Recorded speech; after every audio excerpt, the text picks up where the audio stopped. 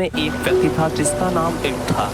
वह दिन रात कठिन परिश्रम करता था और अपनी खेती में दृढ़ निश्चय से काम किया करता था और उन्हीं पैसों से वो अपने परिवार की जीविका चलाया किया करता था। एक बार की बात है, रास्ते में उसे एक महान व्यक्ति मिलता है। वह उसे हीरे के महत्व के विषय में बताता है। वो बताता है कि अगर तुम्हारे पास एक मुट्ठी हीरा हो तो तुम यूरोप के इस शहर को ही खरीद सकते हो। ये बात सुन के वो किसान हीरे की तलाश का दृढ़ निश्चय कर लेता है।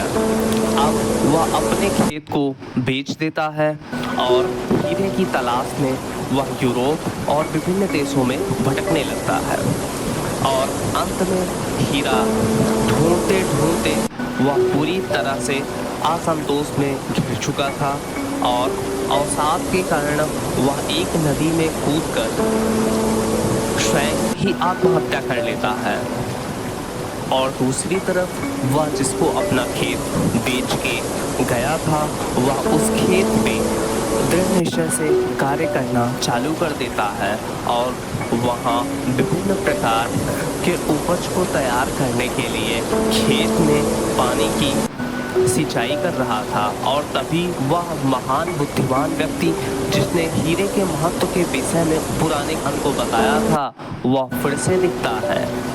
तब जो नया किसान था जिसका नाम हलक था, उससे कहता है कि तुम इस गधे के ऊपर ये पत्थर कहाँ से पाए। तब वो बताता है कि इस पत्थर से तो हमारी पूरी नालियाँ और पूरा खेत भरा हुआ है।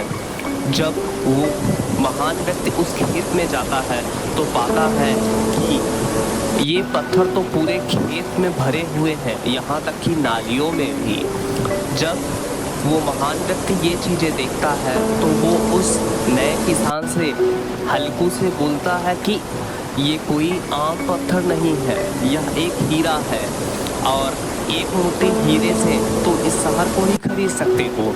ये बात सुन के वो किसान बहुत ही खुश हो जाता है। अब उसकी खुशी का ठिकाना नहीं होता है। इस कहानी से हमें यही शिक्षा मिलती है कि अवसर हमारे कदमों तले ही दबे होते हैं, बल्कि हम उन अवसरों को न देख के बाह्य अवसरों को देखने की इच्छा में कुछ गलत ही कदम उठा बैठते हैं। शुक्रिया। Have a good day.